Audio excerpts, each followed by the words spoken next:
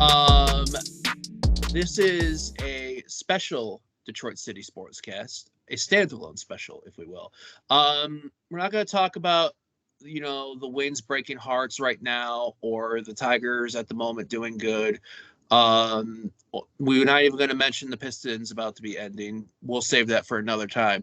Um, we are focusing today on Detroit City and what is taking place this coming Tuesday in the third round of U.S. Open Cup, and the return of an old matchup that many diehard sickos, any that you want to call it, are chomping at the bit for, which is Detroit City, Michigan Stars. And in order to do that, we need to bring in the man, the myth, the legend, the father of Heat himself, and the person with the namesake behind Sean Spence. Happy Friday at the time of recording. How are you, good sir? I'm well, thank you, Garrett, for the usual subdued intro. Yeah, it's the joke lives on forever. Um, we are roughly a little less now than 72 hours away from Detroit City taking on Michigan Stars in the third round of U.S. Open Cup. This coming Tuesday, April 16th, 7 p.m. Before we get to that, I wanted to get your thoughts briefly on what took place this past Saturday, which was City's last league match, the sixth against North Carolina FC, formerly Railhawks, even though I didn't acknowledge them then wherever they were flying to. City won 1-0. We heard Danny Dicchio talk about it. Happy for the win, but not happy with the performance. What were your takeaways from that, along with maybe any updates you have on the two injuries we unfortunately witnessed? Um, the story that I wrote about the North Carolina match was entitled "A Victory Worth Grieving," which I Yeah. think kind of lays out where my head was at. The loss of Elvis is potentially massive. He has been integral to the way City have played in the early going, and I don't think we have a like for like replacement on the roster, which is not saying a lot. There's maybe 10 guys in the buzz Right. for City, so it's. It was good to get the win, but this is the first match where it really felt like, when we tipped our eyebrows down in the middle and got serious, we couldn't change the run of play, which we'd been able to do every match previously. And North Carolina's physicality really kind of took us of out of our rhythm entirely, and we had to kind of revert to those instincts we've honed over the previous 2 years of 35% possession, to kind of batten down the hatches and just ride the game out, which is really what we did. I mean, it wasn't like we weren't giving up on creating, but you could see really by the half-hour mark, which is before Elvis. Elvis got hurt around the 55th minute, just for those who haven't watched the match, and then Reese Williams around the 65th minute got headed in the cheek and shattered his cheekbone. Now, that was the first time I had seen a stretcher brought on to Keyworth since City had become professional, and really maybe the first time that I can remember it at all for a City player. Yeah. And it was a chilling kind of few minutes there while when you see the side Colin Martin, who's a midfielder for North Carolina, kind of running over to the stretcher and kind of helping them hustle it out there, because he's like, we got to get this going. The guy's hurt, right? And Reese was clearly in a lot of pain and kind of, the other players' reactions were what startled me. Was the other players weren't really like, they weren't down going, hey, it's okay. They were kind of all like standing back, like they were kind of like, oh shit, like, you know Yeah. what I mean? I think his face was swelling like immediately. And I know that he, rode over in the ambulance. They spent the evening kind of stabilizing him, getting the swelling down, and he had surgery in the morning, on Sunday morning. Um, and he has two tiny titanium plates in his face now. They went in uh,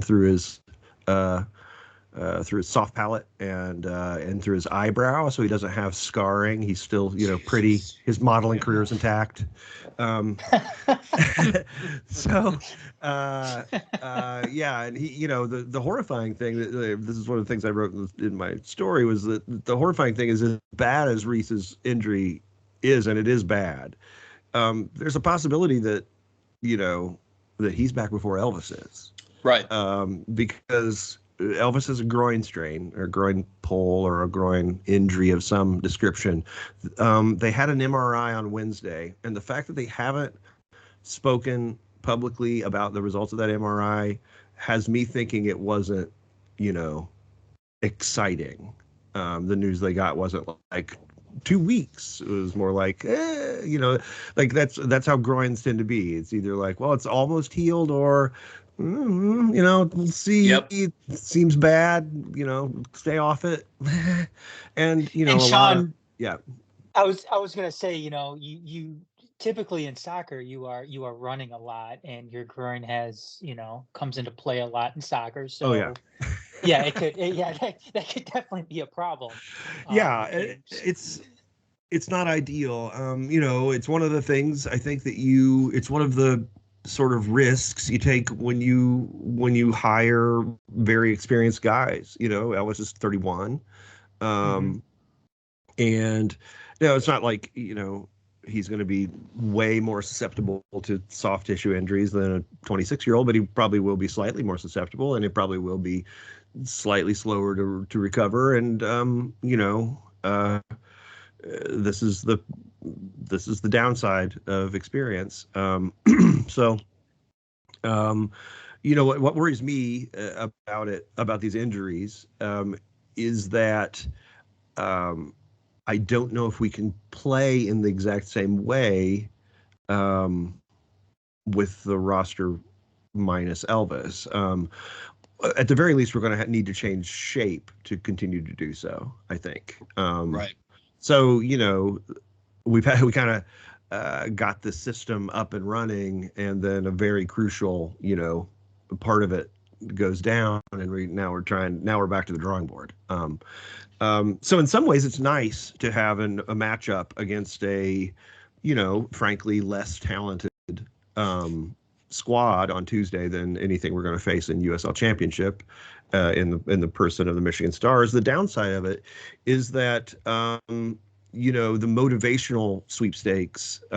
This is an absolute, golden ticket for Michigan Stars. If this is a match, this match on Tuesday, upcoming, is a match that is a classic, um, matchup where City has no upside in this matchup. There's no performance that would be convincing enough or thorough enough, um, for it to make any difference in how we perceive these two teams, right?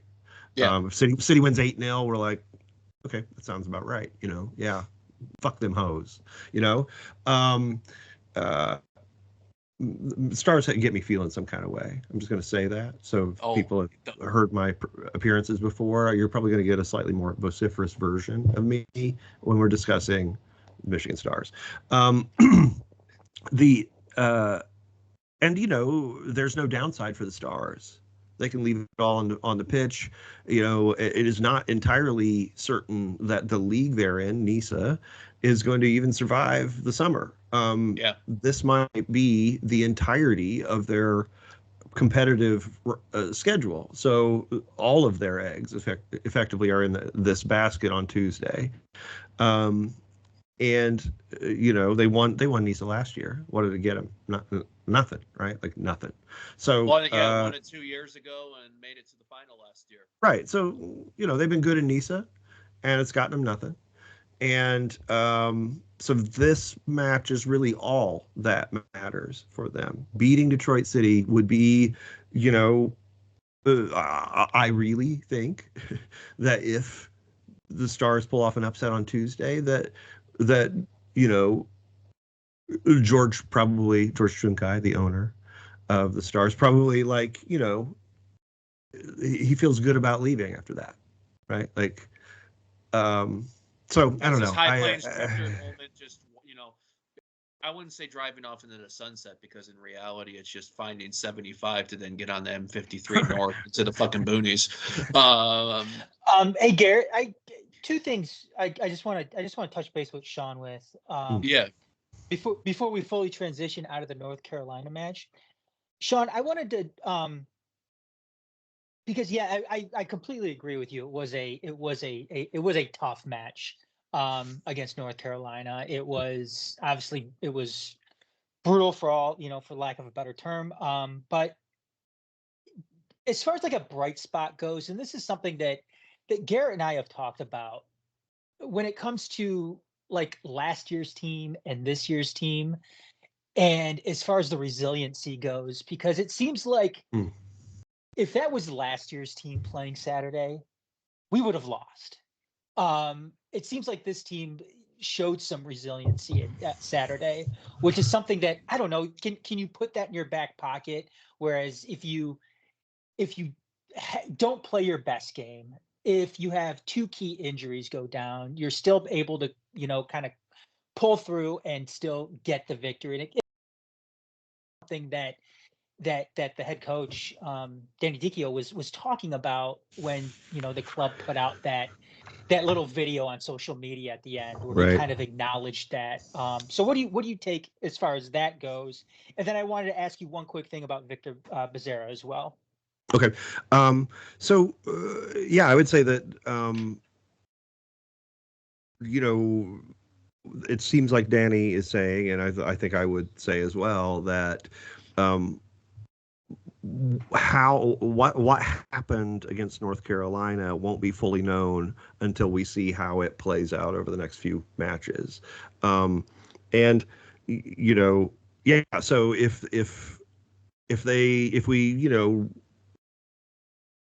return against the Roots and play well, and if we just basically go right back to winning, maybe in a slightly different way, then being able to hold on to that win will come across as resilience, and be, everything will be recontextualized by what is about to happen. Right.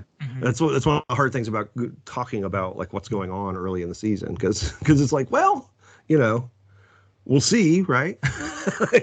Sure. But I think that they did, like, this team does seem to be pretty well knit together emotionally. Like they respond they well like each other, it seems. to difficulty. Yeah. And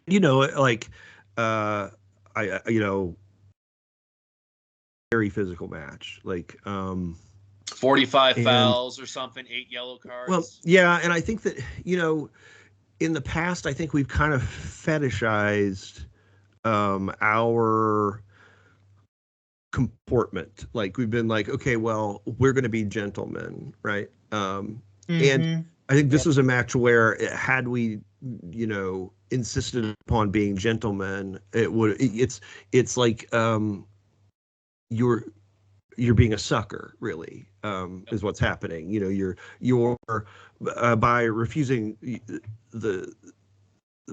to retaliate, you are simply being, abused. I think it was good to see that our guys very quickly kind of, really about 3 challenges into the match, after kind of, shouting at the official, and saying, what the fuck, doing that a couple of times, like, all right, okay, I guess this is what it is, and we've got a team that can be physical. It's one of the ways that Stevie's game looks so much better. Stevie Carroll, he just looks bigger and fitter and stronger than he used to, and he was always kind of, I think, coming across as a bit of a finesse defender who, he's great. He's great at picking the moment to bump you so that you're off balance or whatever. But when it comes time to like turn and run, he's in trouble. And Yeah. it doesn't feel that way this year. Like, and yeah, this really performance in terms of, really just taking a lot of blows to the face, basically, Sure. and still Yeah. trying to play football. And what was you had an essay. Yeah, Victor Becerra. He was warming up Oh. prior to the North Carolina match. Mhm. Obviously wasn't in the starting 11. I guess, kind of transitioning to the Stars match. Is this the time? Obviously, it seems like the most opportune time since with Elvis's injury and everything to get Victor going, get him acclimated to the rest of the starting 11, and um, is this where we see him Yeah, finally I think taking the the answer to pitch? that, I don't know what Danny's been seeing from him in practice. Um, Hmm. so like I think if he's been training well, yeah, we'll probably see him. Um, but at the same time, who trains his ass off, and you know, they may want to try to get some more minutes into him since he's presumably the starting striker He's until been looking Elvis. good with what he's come on with this Right, year. right. He's a very, it's a very, like, we've talked about this. I've talked about this previously. He is a very different striker to Elvis. He doesn't have the same kind of sense of control, and doesn't help the team keep the ball the way Elvis does. But he is physically a handful, and he is up for the fight all day, every day, and he's really worked himself into being a fantastic, like, complementary USL striker. Now, I think that if he's starting, that kind of ratchets up the pressure for Ali and Maxi to finish the chances, because Zede finishes some chances, but he's not a finisher. He doesn't, like, Sure. get into the movement of the move and wind up at that logically arriving at the near post right when the cross comes in. He just kind of doesn't have that. I think he's It'll that happen guy that sometimes, but that's just not his usual thing. I think he's Uh, that guy that you put him in there and to open up space for others. Because I think right. why Maxi scored the goal in Indy is because Z takes two people, putting the head onto it, and then that's just Maxi from close in tap in range there. Yeah, that's yeah, absolutely. That's, I think, the idea with the Zeta is to kind of, you almost kind of bank the ball off of them, Yeah. and and he's also, like, his work rate defensively is phenomenal, so he's going to make it hard for the other team to keep the ball, and that's more of a he's more of a natural fit on that end of things than Elvis is, because Elvis really is, he's a guy who kind of, like, he has to keep getting chances to stay mentally uh, attached, and Right. he's not a grinder the way, like, Zed will just grind. Now Becerra, he's that intriguing third option. Like, don't know what he has.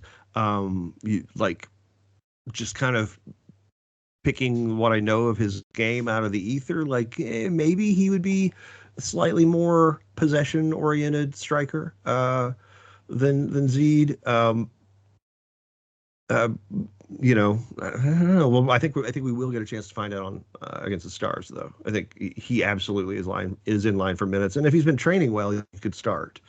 Because obviously you have to worry about keeping Zed fresh for Saturday since Right. Elvis is around. Sure.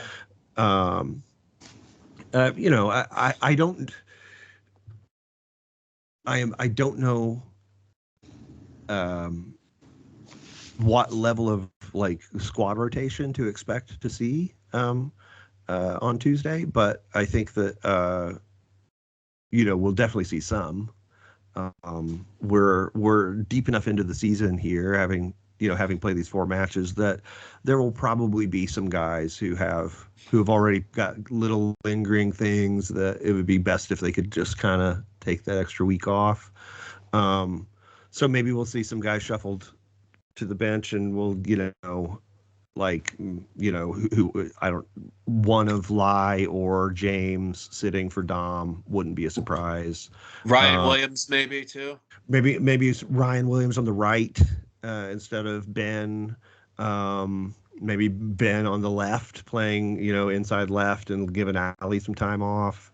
You'll see that kind of. I think probably Alex starts. I thought Alex was lights out in the last 10 minutes of the match. Like, he came on and really was a progressive force, and I think changed the mood of that last 25 minutes, as it turns out, from grimly hanging on to us keeping the ball, and threatening their goal more. I think we'll see some rotation. Carlos in for Nate.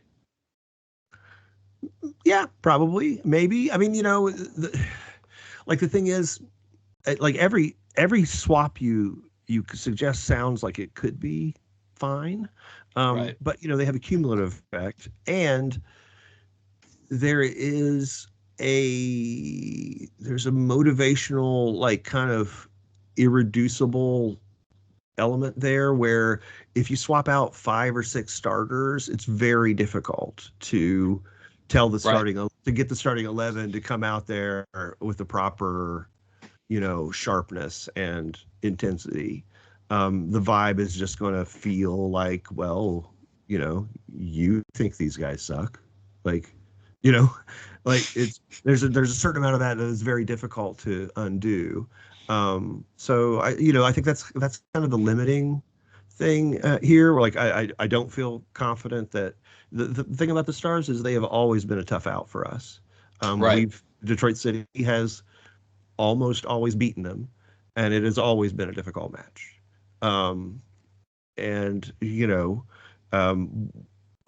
People, you could, if you're asking yourself why, we can look at the North Carolina match as a great example why. That flowing football requires both teams to vote for flowing football. Just if one team says no, then that means no. Flowing football is consent based, right? Yeah. And everybody's got to consent, or it's not fucking happening. And the Stars are going to show up with non-consent as their main thing. It's they're the spirit that denies.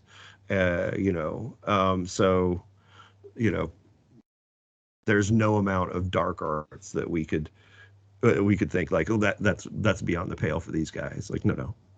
I mean, the last time City played Michigan Stars was April of 2022, the second round of U.S. Open Cup then.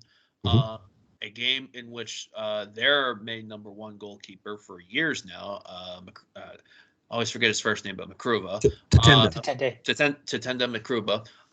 Eye socket injury. Almost popped out of the socket. So rusty goalkeeper came in, and this was, if I'm not mistaken, 2 years ago, Michigan Stars' first competitive match of that entire year. It was because Nisa the team was their start. As they if moved back their start date. What is old is new again. And after Makruva was out, City rolled a 3-0 win. Not a sparsely attended match, but you couldn't tell based off of the amount of smoke and fireworks that was being stood. Hence the name Smoke, Darkness, and Smell, based off of Mr. Junshai's tirade on Twitter the next day, and now a letter template that now most people in lower league soccer will use one form or another. Yeah. Sean, you were talking about vibes. So now it's what I call the education session, especially for those that are newer to the Detroit City world. and there are a few, especially in our rise up the American soccer levels Right. to now second division. You, Adam, myself have been with you in the thick of these things, both at Keyworth, at a tin can that's now owned by UWM, in Romeo. Right. 5 minutes away from one of the best Mexican restaurants in the Metro Detroit area. Jesus Christ. Yeah, I do that. We are not sponsored by Tourette, so. Well, hey, but you know, But sponsorship everybody money gather around Sean would be though. Everybody welcome. gather around Sean But so yeah, we no. can Yeah. we can listen here to the Michigan this origin stories here. I'm taking a word from Sean Red Novak, because Sean Spence is about to give us sons this hot fire, and all those that are listening. Give us to those of why we should be fired up about Michigan Stars and this league that we used to be in, that we seem to have done one of the best things we ever did and leave the fucking league.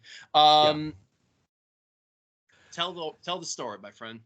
Okay, so the Stars' history with Detroit City predates NISA by several years. In fact, the Stars predate Detroit City. They were a local team called FC Sparta for some reason. And they played the NPSL. We played them in the NPSL as Sparta. We called them Sharda, of course. We still call Stars. If you hear people calling Stars Sharda, that's why. It's not because anyone like had a fart plus. It's because that they were once called Sparta. George bought the. Okay, so. My history with City starts in 2014, and by 2018, I had written about the team a bunch, and they hired me to write for the club. And the very first thing I was going to kind of take a swing at was City's open tryouts, or they weren't really as open back then at that point, 2018, but they had tryouts, and that's kind of a different thing, and it's not the kind of thing that writers go to and write about very often. So I was like, okay, I'm gonna go there. And I get to the the little dome where they're having the tryout that day, and I'm looking for Lindsey Pearson, who I'm supposed to meet there. And this kind of like taller than me, I don't know, maybe dude's like maybe 6'1", guy with salt and pepper hair and kind of a really thick mustache. He's wearing like a suit, he looks like a businessman. And he comes up to me and he introduces himself. His name is George. He's here with his boy Steven. And I think that he mistook me for a scout because I had a clipboard. I was there to take notes. And so I struggled to get a word in. I'm trying to say no. I'm not. You don't have to sell me. I'm just some dude. But he had a lot of momentum. He had obviously kind of rehearsed this discussion in his mind, and he laid out for me how his son Steven had is here to try out. He's doubtless going to be very good. He spent the last year playing for Grasshoppers in Switzerland, and I'm like, I'm a football manager nerd, so okay, Grasshoppers, I know them, sure, Grasshoppers, okay, okay, cool. So I get my pad out, start writing it down. He clearly wants me to remember this, so I'm gonna at least make some scratch marks and make him feel like mission accomplished. So fast forward a little while, and his son Steven is cut from Ben Pierman. They all knew Steven at that point, and he wasn't it's not like he's embarrassingly bad. That's the thing that I want everyone to understand about the Michigan Stars, is that the soccer is not what's bad about them. Like, they're sometimes bad at soccer, but that has nothing to do with why they're bad. Okay. So, and Steven, like this was the same problem in a microcosm. Steven's not a bad player, but he's a very ball hungry player who doesn't connect very well. And his decision making is very weighted toward ego in a way that like his skill doesn't quite carry. And that was clear that day, and it was not really surprising when, after a couple of kind of middling sub performances and friendlies, Ben was like, we're going to go another direction. I think it was right around that time that his father, George, who was the guy, George Chunkai, who was the guy that with the thick mustache who was telling me about Steven's life, bought FC Sparta, and I think they changed it to Michigan Stars. Was it Sparta when he bought it, or had it been previously? I think in 2017 they were the Michigan Stars. Hey, you're right. You're right. Yeah. So he bought the, but he. 2018. Right. Right. So sometime around there, he bought them, and they came back in the NPSL, and then later in every league that we went to. With Steven as a an automatic starter, and rich guys and their sons. That's what are you going to do? Now what we've learned since then is that George is essentially has the same emotional makeup as Donald J. Trump, essentially, that he perceives every disagreement as an ego injury. He perceives every passion that runs counter to his purposes as perfidy and malice, and then he walks around the world in that mindset and interprets everything that happens within that mindset. So anything you do that isn't furthering his aims is immediately sort of thought to be a conspiracy or an example of the why he can't get ahead or how he's getting screwed over. And it would be easier to take from a guy who wasn't, like, really by every other metric outlandishly successful in his life. And Garret brought up the template that Mr. Chunkai uses in his public outbursts, and the thing that's sad is his latest use of the template. He laid out his vision of why we don't like him. We're racist. Yep. I can't remember what else. To give a little bit of background, Scheiser of Montenegrin Albanian origin. Okay, yeah, George has an accent of some kind, but I don't know what accent, and I don't really care. Like, okay, you're a guy who lives here. Like, you clearly have lived here for quite a while. I don't give a shit, man. Like the reason I don't like you, George Chunkai, is because you're a rich fucking asshole, and because you think that your wealth is a sign of your superiority to everyone around you, and you think that it confers some sort of superiority to your offspring, which it simply does not. And the idea that you come to this country, right, to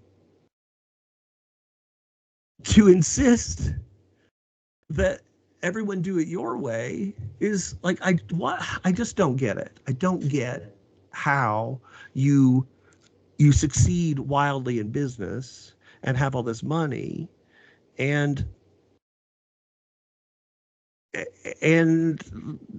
okay, I have this theory. Yes. Yes. Actually, I'm going to go back. I have this theory that the reason that rich people are crazy is because at some level you don't deserve it, right?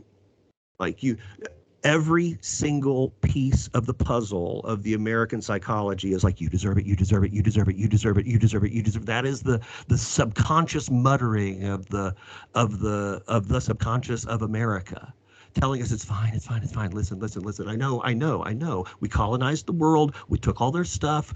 It's fine. We deserve it. We deserve it. We deserve it. Okay. I think that's just a natural human psychological reaction to knowing you don't deserve it. And I think it is extremely exacerbated in our culture among people of wealth because they grow up within the same propaganda we grow up within. But it hits different when you got the money, right? So, they managed to. Story. I was going to say, just real quick, they managed to convince a bunch of other people as well that they can also have what they have if they pull themselves up by the bootstraps. And yeah. I mean, we're gonna very completely different. Yeah, I know it's a completely different conversation, but it is. All of those things are interlocking, right? Like these things are interlocking. So at some level, if you want to get high on this supply right here, sure. what we got going on Tuesday is a sort of civilizational battle between collectivism and the idea of feudalism. Mm-hmm. And perfect thing that you mentioned, because it's like to further exasperate the point of ideologies. Detroit City FC supporter base is mostly, for the most part, proud, left-wing, community organized, community activated within the idea of with each other and the best for people in general, regardless of belief, orientation, any of those type things. Yeah. Whereas, one of the weird things about being that way is that we don't really mind if you aren't that way, right? Right. Like we're the culture. We're just like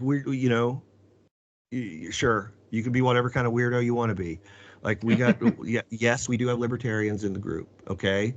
And it's awkward, but like we probably have nudists in the group too, and like we just ask that they put a little clothes on, and we ask that Mosina not talk about Von Mises. Shut up. What's up, John? But the counter to give the absurd point, you were talking about Mr. Junshai and his parallels to the previous president of the United States. In fact, hosting the last rally before the 2020 election at his complex he purchased from Total Soccer in Washington Township, and having a rally either before our Open Cup match or just after in 2022. So, yeah, I mean, look, it is a culture war. There is a culture war, but I'm not trying to really exacerbate that. I mean, right. I just think that it is interesting to me how many of the supporters of the former president have started to manifest similar sort of emotional ailments to that, fatuous gas bag of a human. Despite I don't know if it's just like power gives you permission or something. I don't know what it is exactly, but it is weird. Like, that we've entered this time where, there's this group of people who are, grandparent age, who feel like part of standing up for themselves is feeling free to throw like tantrums in public. Yeah. Like, just go to the mattresses about everything. Did the person at McDonald's like make an expression when you handed them cash? Oh, well, like, I hope you're open carrying, I don't know. I'm, obviously I'm not very good at avoiding the culture war stuff. But this is what soccer is to an extent for those that are. Yeah, I mean it is, and I will say that I will take a reversal on Tuesday to be like more than a loss of a soccer match to me. It will feel like humiliating and infuriating. I'm with you, Sean. I'm completely and totally 100% with you. I mean, it sounds, you know, I what's the right word for this? Sean, you're so much better with words than I am. Um, I guess I get where you're coming from, though. If I I mean, if I give you it's the wrong adjective, it means I'm misreading you. So I no. Go ahead, try it. Throw it like out there. well like Throw it out. it does like 12-6 right over the plate. it feels a little bit to me like it feels like knowing that I've got this much emotional load on the game feels a little infantile to me. Like Yes, and that's the thing too, is people think, well, it's just a soccer game. It's just a soccer game. But like you said, Garrett, like you've been saying, Sean, it's more than just a soccer game, especially given the world that we are living in right now. And I know I'm making it sound much more, yes, at the end of the day, it is still just a soccer game.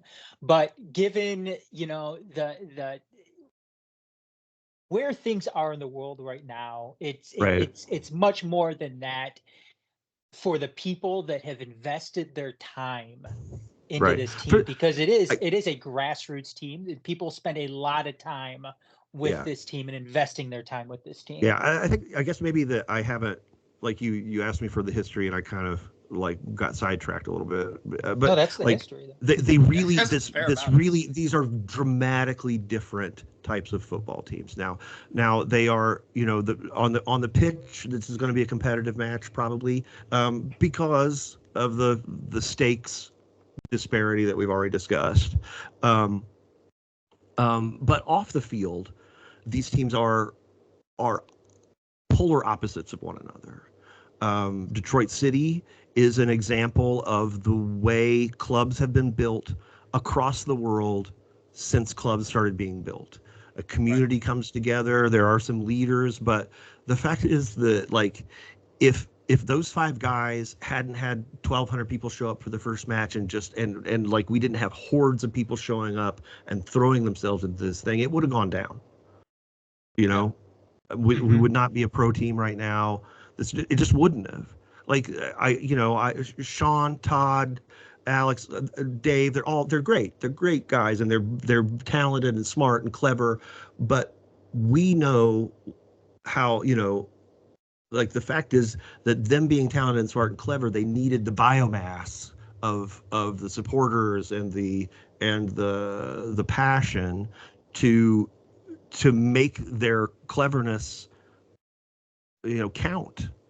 And on the other hand, you've got the Michigan Stars, which are a George Chunkai production of a George Chunkai script directed by George Chunkai, courtesy of the George Chunkai company, whatever. Yep. Like it's George's money, and it is a command and control, top down, astroturf organization. There's no community there. There's no, historically there's not been anyone in the stands.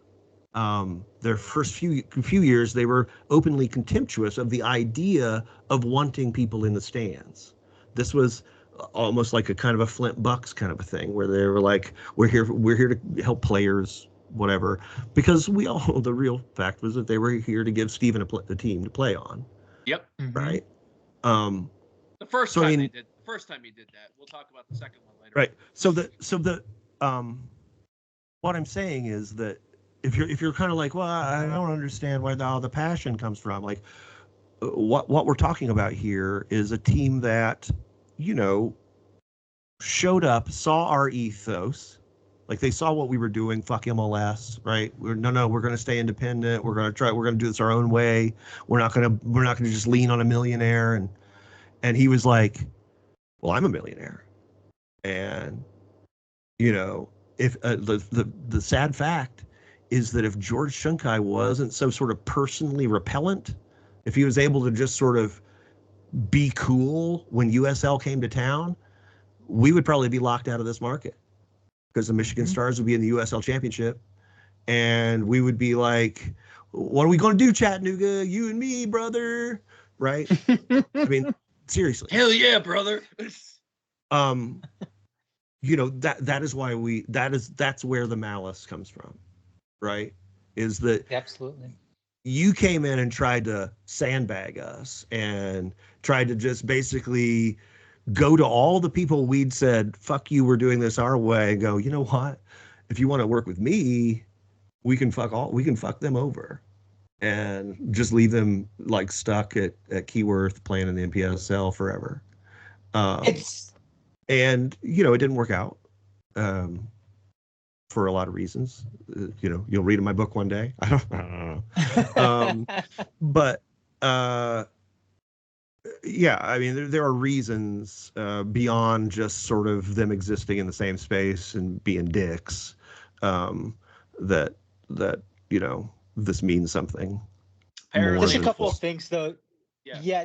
I'm sorry, just a couple of things I just want to comment with what you said, Sean, because I didn't even, the way that because we're talking about the culture thing and everything like that, but then no, you also brought in the the aspect of how both clubs were built, and how in certain aspects, if you go to Europe and whatever, those grassroots clubs, how those were built and how City was built, and how George kind of mimics what, how American sports is now.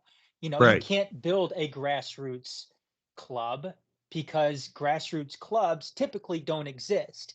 It's franchises. And just like politics, if Right. you want to get anywhere in politics, or if you want to get anywhere in professional sports, not just a regular person can't do that. You need to have a shit ton of money. You need to be a millionaire, or you need to be a billionaire. Most times you Right. need to be a billionaire. So I mean, there's that aspect of it. And then what you're talking about, the top down, as far as what the Michigan Stars are. And I know City has gotten a lot of shit in recent years too, for how things may have changed since, the amateur days to the pro days. But when you go and you listen, because George, even in that in his that little last statement that he made, it was the me type of thing. When he released that video after the Stars beat the Minnesota United 2 in the previous round of the Open Cup, Oh, right. Yeah, it yeah. wasn't us, us, us, us. It was me. It was me. It was my players, my guys, me, my team. There His was no burns that us he or was. anything like that. Yeah, and even City legend Seb Harris even comment. I saw a comment that he'd had in social media of just like little nuances that George talked about.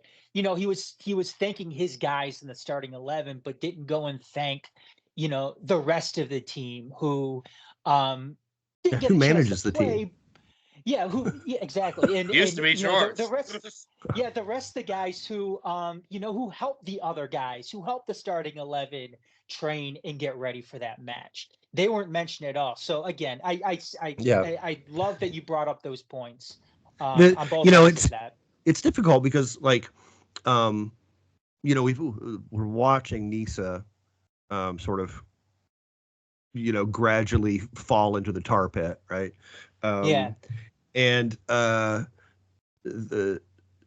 it so compared to his um, the other people in Nisa, George has been a model owner, Hmm. by which I mean he's paid his bills, right? He's taking care of his players. That is the entirety of what I'm talking about. He's paid his bills. Now, I don't think he's been pleasant to work for. I don't think he really cares about the players not named Chunkai that much. And he's been, horrific to the managers that have worked for him. But he's paid their Yep. bill. He's paid the bills, Hmm. Um, you know, the fact is that he wants to be the manager. But he doesn't want to he knows it looks bad. So he browbeats whoever is managing into trying to do things his way. And he's not a bad football guy. Like that's that's the other thing to get weird about George is that he spent the money that he spent pretty well, really. Putting together a professional roster in the third division that you know, isn't just like a complete like jalopy clown show, is difficult.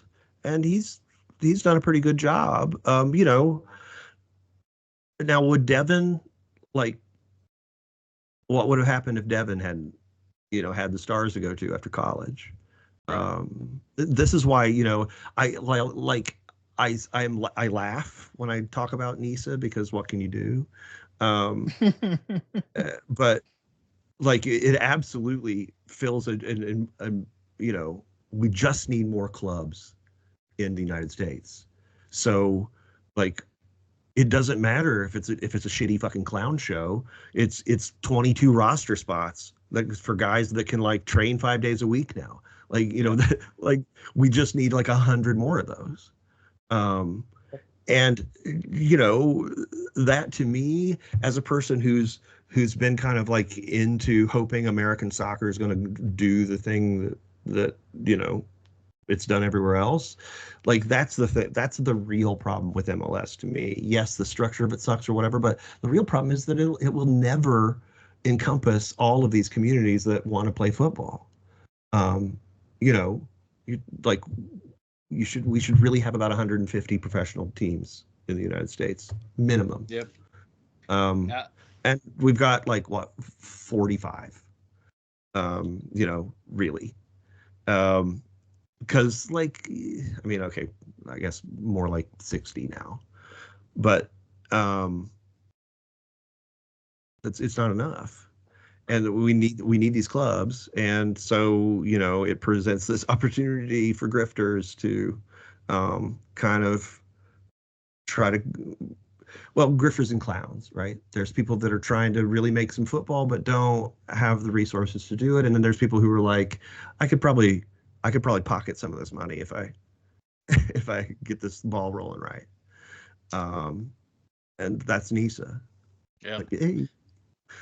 So anyway. The league that our departure has, we can maybe say, helped fund in one way or another. Yeah. Oh, absolutely. I think now to continue to tie into Tuesday. So George Junshai buying Stars was the first time he purchased the club for his pride and joy son to play professional football in. The second, especially, I can now realizing that Junshai kids went to a rival high school of mine, as well as their new Open Cup player that almost was a City player. I don't know almost, but I know he was training with the team before the start of the season in Justin Merrim. Play for Chieftains over Eagles all day, baby. That being said, second time George Junshai bought a club. We got no time for your high school beef here. No, I'm now going into the other stuff, which ties into my other realm as a Balkan man.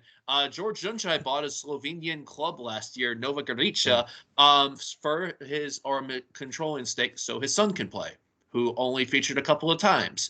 And that club got relegated from the top division in Slovenia. Yeah. Steven then went to Croatia and now has made his way back home playing for dad.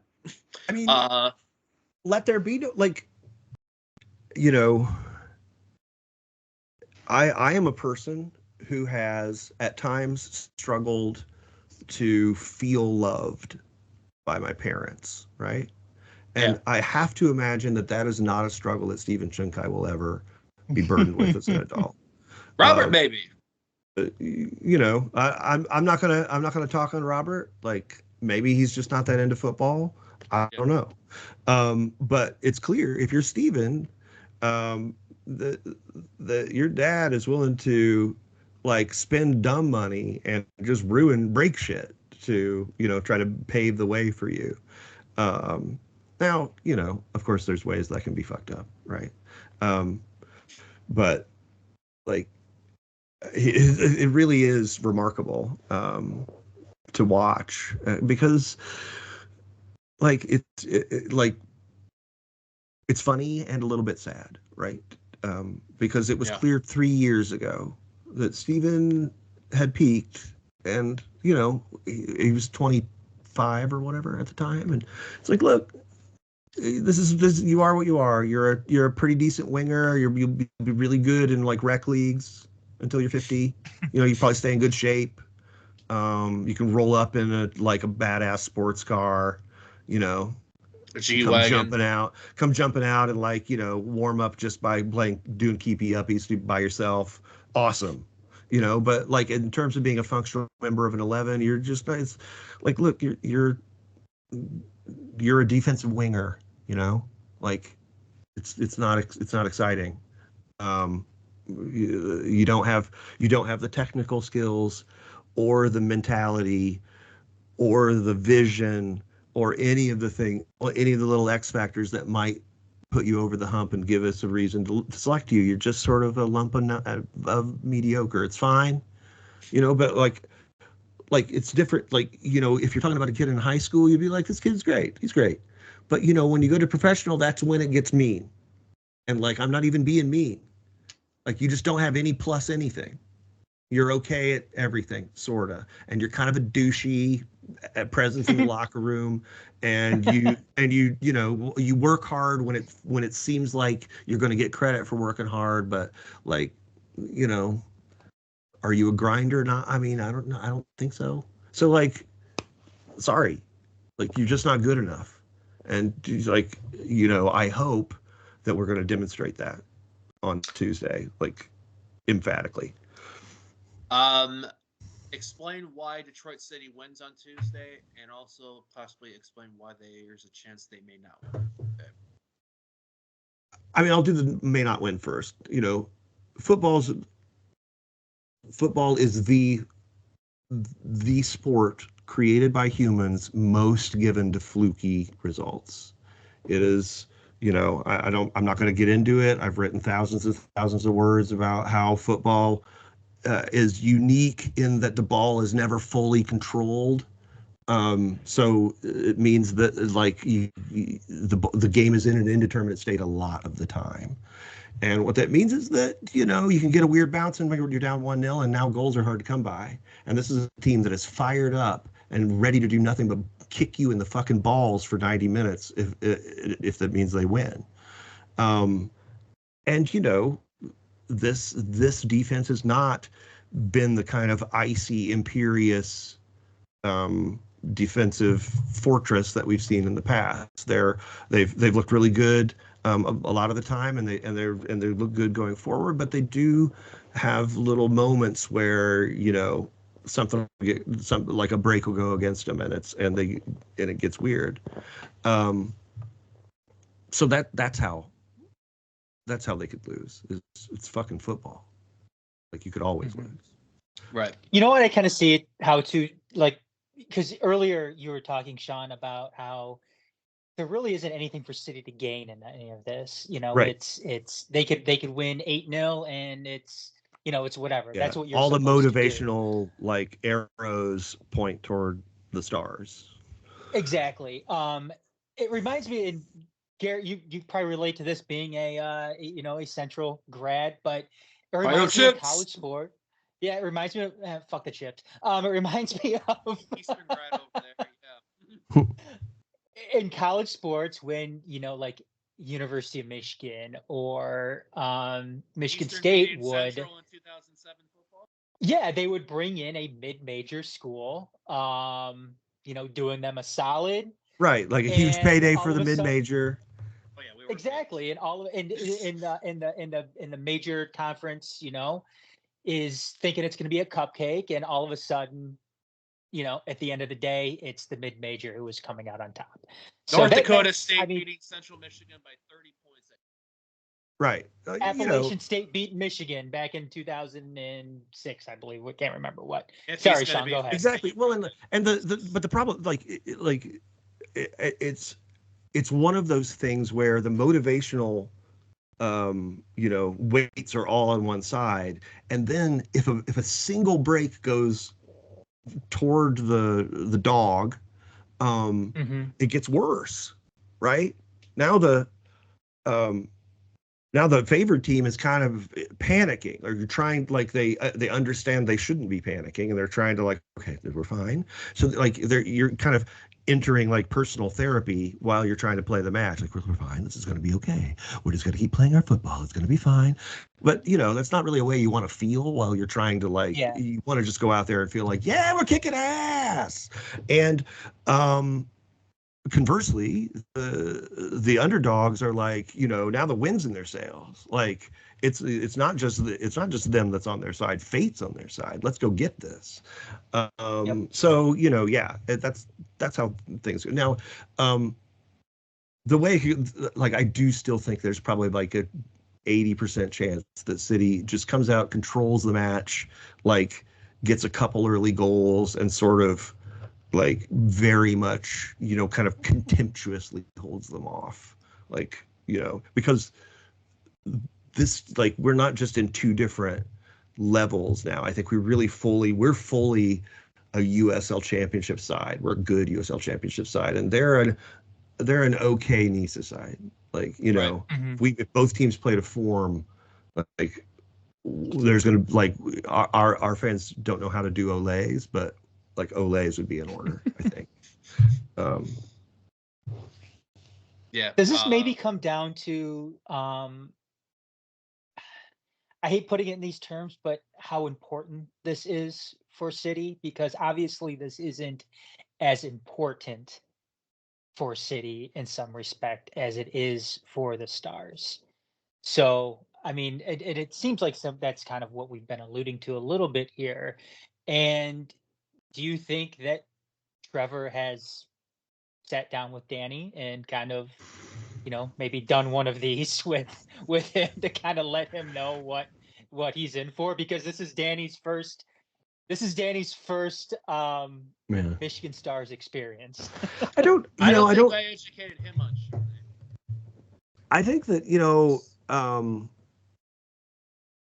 I think that in some ways, all of the Sturm and Drang, the us supporters and all of that, like even the front office people, like, it doesn't fully translate onto the pitch. Like, it seems like a lot of times the players, if the coaches are doing their job, and like they seem to be, they're going to be more focused on like specific, like, performance targets and aspects, than like it's when the goal goes against you, that's when you would get that clutch, right? Or you'd be like, Yeah. Now, I'm interested to see what kind of, like, this is one of those times where Danny kind of has to put his cards on the table, right? Everyone's going to be well rested except the guys that are hurt. But we got a game in 4 days. And that's a league match, and we're undefeated in the league. And so here you go. Like, what do you do? This is why Football Manager is a popular game, because these kinds of choices are really complex and like really satisfying to ponder. Yeah. I think he probably kind of splits the difference. I think we don't get a full, flipped 11, like every sub hitting the dance floor. But I think we are going to see key guys get some downtime. Maxi's played every minute, and that's a pretty serious role to play every minute. Yep. Yeah. So I wouldn't be surprised to see Ali move in the middle, maybe, or us play a 4-4-2 with like Ben and Yazid. I think I would like that, yeah. Like that, like I wouldn't be. There's a lot of different things we could do. Another option would be to just kind of roll out the starting 11 and hope that you can make like 4 subs at halftime. And that, if he does that, that means that we really, really want to make sure we win this match. So we'll kind of, we'll get to see.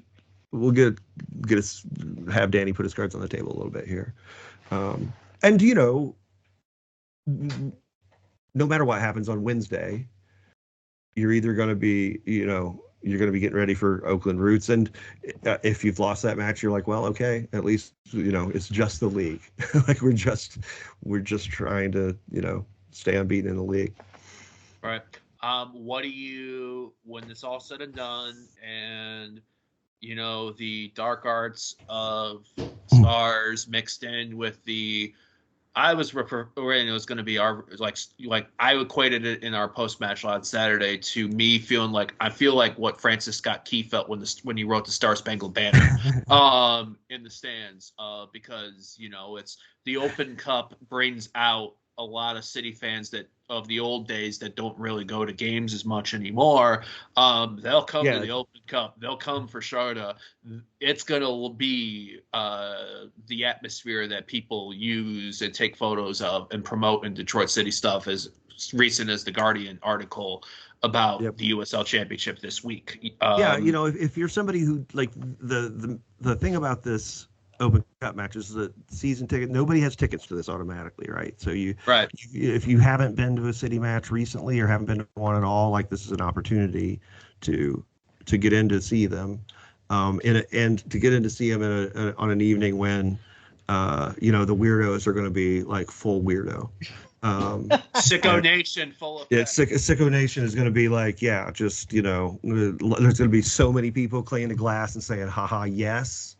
It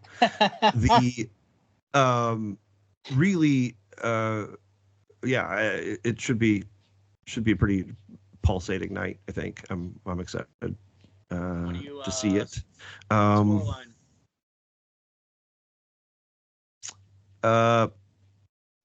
City. 4-1 City. I like that. I like it.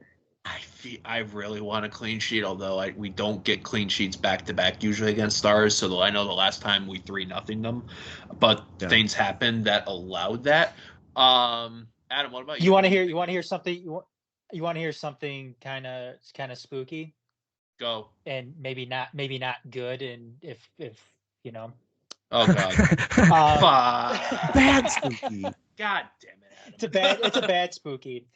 When you look at this is a flashback in a sense to 2020, playing the Stars and then immediately playing the Oakland Roots after that.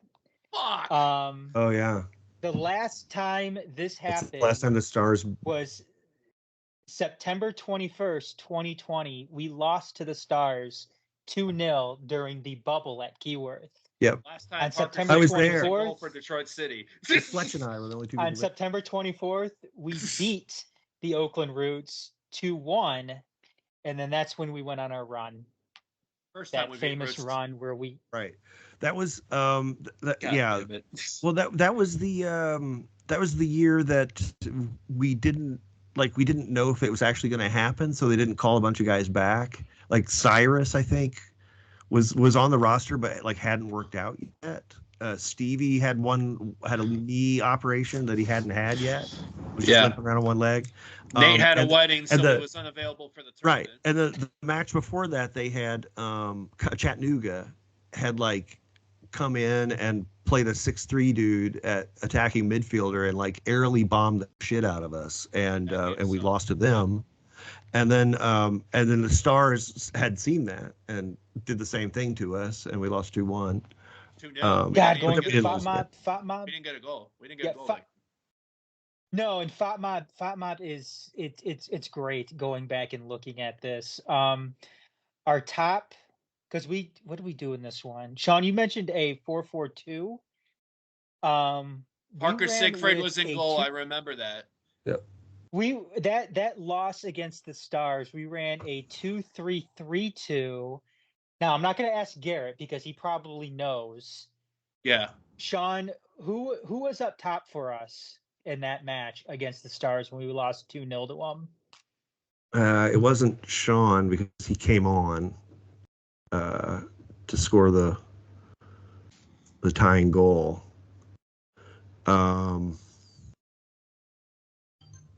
Max Todd? No, this is the 2-0 loss to the Stars. Yeah. 2-0. Oh, okay, to the Stars. So Sep 2020. Was it 4-4-2? Who was up top? No, it was we ran a 2-3-3-2. Oh. Okay. 5-3-2. So like a 5-3-2 shape essentially. Right.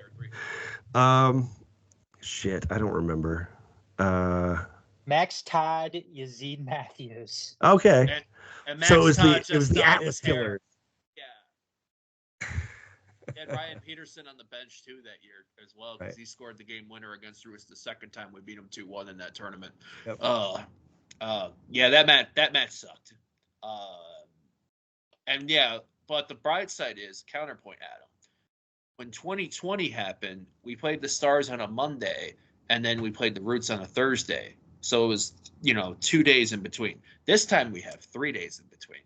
Charlotte on Tuesday, Roots on Saturday. And we have, we have the weekend off this weekend, which I think is a good thing, considering that. Yeah, it's 4 week. We had 4 weekends off. We played 4 consecutive weekends beforehand. Sean, you mentioned bodies, maybe Connor Rutt's getting more able to be healthy, to be able to be slotted in for Tuesday. I'm taking a look at Nisa's stuff because I don't have them saved on FOTMob anymore because I have no need to.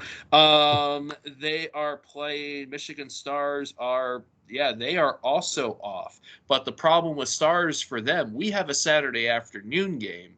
Michigan Stars have a Friday night home game. Well, I don't think have they played a league match yet?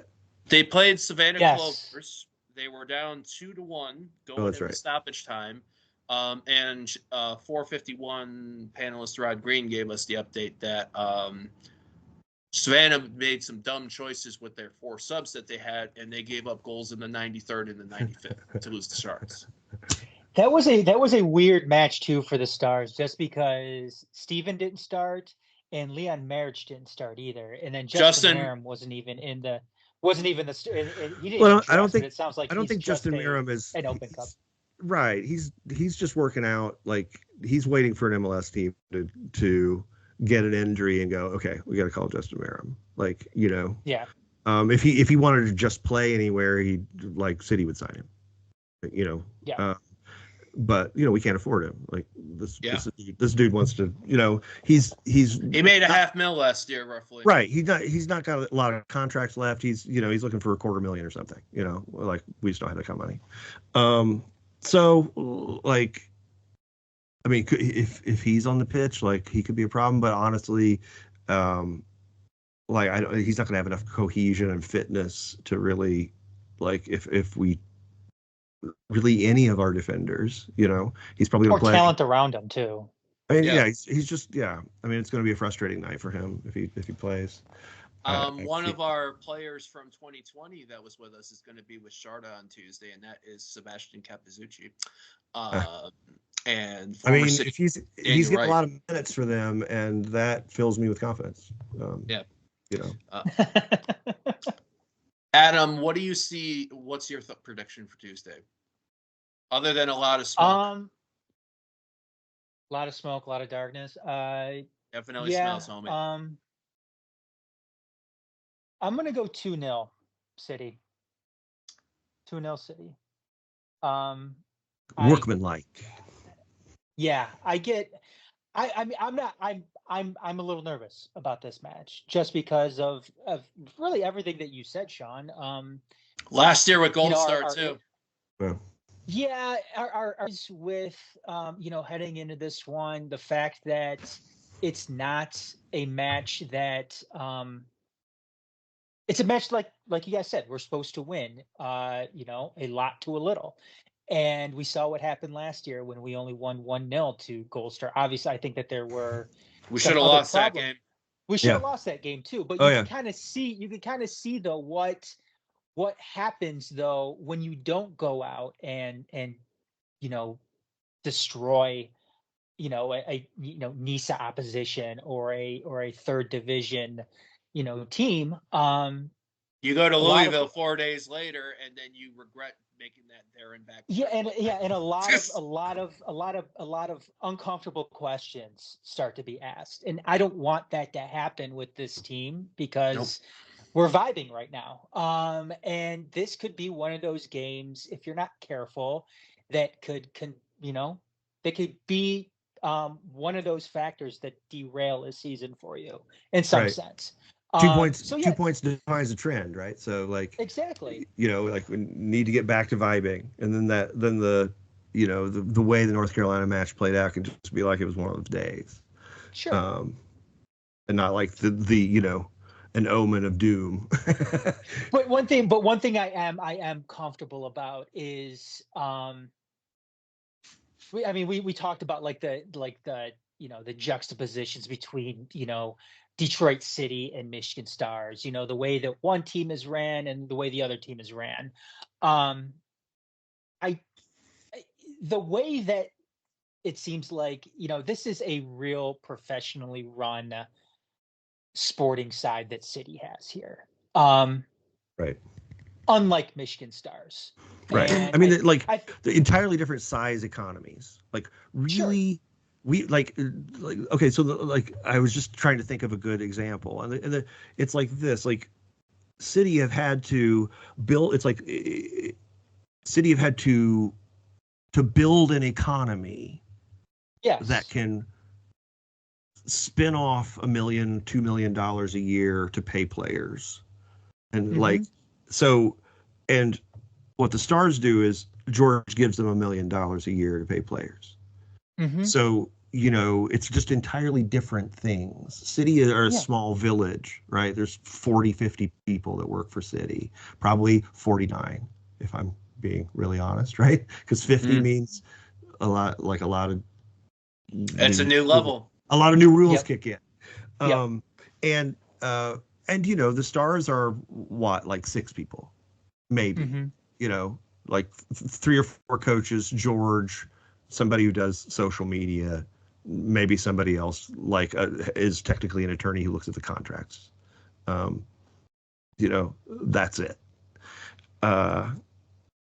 So they're entirely different things.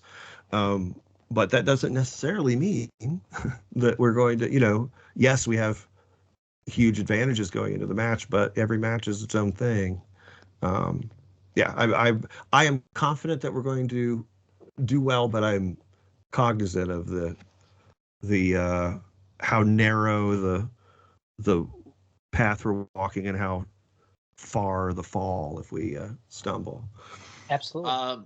So I feel like because we have a lot of new faces in this squad, and especially what that means, many people's first experience with Michigan Stars. However, interviewing James Murphy this past Saturday, I was actually kind of relieved to hear him, not even from the state, a man of New Jersey, to refer to this as a local derby and him to have a smile on his face talking about it. That gives to me the sign that this squad seems to be a bit hungry for that.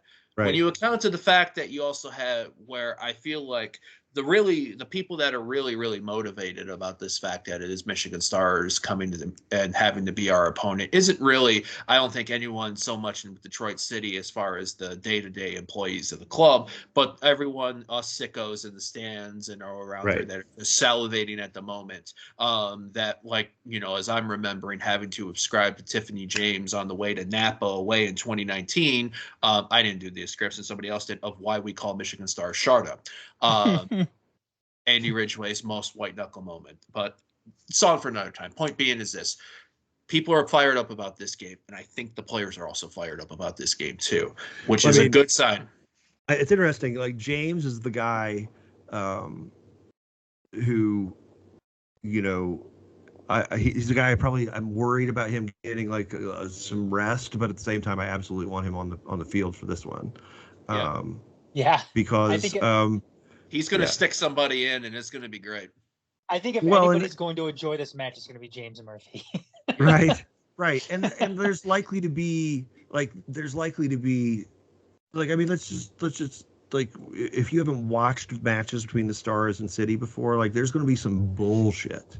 Like, okay, if the moment if the Stars can get a lead, that is when Tatinda Makruva will begin cramping and slowing play down. That moment, which means if they get a fluke lead in the first 60 seconds, by the 3rd minute he will have a calf cramp that needs massaging before he can take a goal kick. Like, that is the kind of like just unlimited, unbridled, like gamesmanship horseshit that we're going to be in for. And as an aficionado of that stuff, like I couldn't be more excited. Like, But at the same time, I'm glad to have somebody like James Murphy on there who is like walks around looking for asses to put boots into. So like we need regulators on the pitch, and Yep. he is one. Spence, you gave 4-1. Adam, you gave 2-0. 2-0. I'm going two ways. Either we wrap it. I'm thinking. No. No. You gotta give a definitive answer here. 3-0. Okay, thank you. Okay, all right. So because 3-0 or 0-1. No. 3-0. It's get the job done. There's people that are there's smoke that needs to be lit up. There's stories there's stories that we got to remember and tell, and players need to take this in. Danny needs to take this in. It's smoke, as I called it, smoke, darkness, and smell too. Electric Boogaloo. Adam, it's Tuesday, 7 p.m. If those, for some odd reason, forsaken reason, if they can't make it to Keyworth, where can they check this game out? Where can they check it out? Yeah, because it's online. If they can't, is it on? What is it? Where's this online at? Is USsoccer.com. Yeah, that's right. Yep, USsoccer.com, USL.com, or whatever their website is. YouTube stuff. Is it going to be on MLS too? MLS was carrying Open Cup games as well. Oh, dude. No, it won't be. No. Honestly, I would recommend people look at thecup.us. That is another fantastic resource. Yes. Great group doing that work. Yep. Yeah, and they will also have link outs to all the matches. If you're at home. But get to Keyworth though if you can. Yeah, seriously, get your ass to Keyworth if you haven't bought a ticket. You will enjoy this. This is a game like if an opportunity. You can skip out USL Championship matches for the sake of going to this game. Real quick, Sean, I know we got to cut it. The women have the PASL this weekend in Cincinnati tournament. Yes. How are you feeling about that? Well, I'm of two minds. I'm really glad our women are getting a chance to round off the season with this. It is like the social media from City has been calling it the PASL National Championship, but as I understand it, the PASL has gone belly up, and this tournament has actually been just organized by the women on the teams, specifically the Cincinnati Saints, I think, who are the multiple-time Sirens champions, or Sirens, not Sirens. Thank you. And they. I called them Stingers the first time. So yeah, Stingers. I think it's great that they're getting to finish, and that I think it'll be interesting to see if they can get results. Obviously, it's not exactly the kind of format you'd love to see. Kind of shortened games. We play 3 games on Saturday, and then if you get through, then you play 2 more on Sunday. That's a pretty tough format to get by with, but it's fine. What's more important is that they get to kind of finish off the season and possibly compete for a trophy, and roll into the outdoor season, which I believe begins this next week. I think Dave is starting to get everybody together this next week. Yep. So they can roll right into the outdoor season, full of good feelings and vibing. Instead First of game for that, yeah. Kind of, who are you again? First game for that's going to be May 11th at Yep. The home opener May 18th against Flint. So, all the best of luck to the women, and for those that make it to Cincinnati. Sean Spence, thank you as always for telling the story. And as Adam loved it because the story was finished over the weekend. But tell us remind people where can they check you out, Twitter and your work and all that stuff. Yeah. Well, I on Twitter and Blue Sky and kind of most social media, I am Shield Chafing, which is SCYLD SCEAFING. Slow it down, listen to it later, whatever. So if you want to email me, it's that at Gmail, whatever. We'll provide the links. Right. I also my writing appears on a Patreon blog, which is called Words About Shapes. If you Google Words About Shapes, I think it takes you there. yeah, that's me. Adam. Yeah, absolutely. Yeah, you can find me at TMSNX Adam on Twitter. Also make sure you check out our website here at Detroit.themajorsports.com. Also, if you want to check out channel 451 as well, 451.themajorsports.com. Tunnel Talk, new episode just dropped today. So you go on Apple Podcasts, Spotify, YouTube, and go and check that out. So Twitter, Instagram, Discord for me at GM Komatz, and the Mulleting series about the different teams for the Majors Detroit channels and content stuff. So Tigers won to drop this weekend, Wings won tomorrow, Pistons. I'll fucking talk about the Pistons Sunday. But yeah, in the meantime, as kudos as always, thanks always to Sean Spence for helping make City Make Spence. And thank you to all those who checked out. Seriously, if you haven't got a ticket, get a ticket to Tuesday night. You're not going to miss out. 7 o'clock. U.S. Open Cup, round 3, Michigan Stars, come and fucking get it. Good night.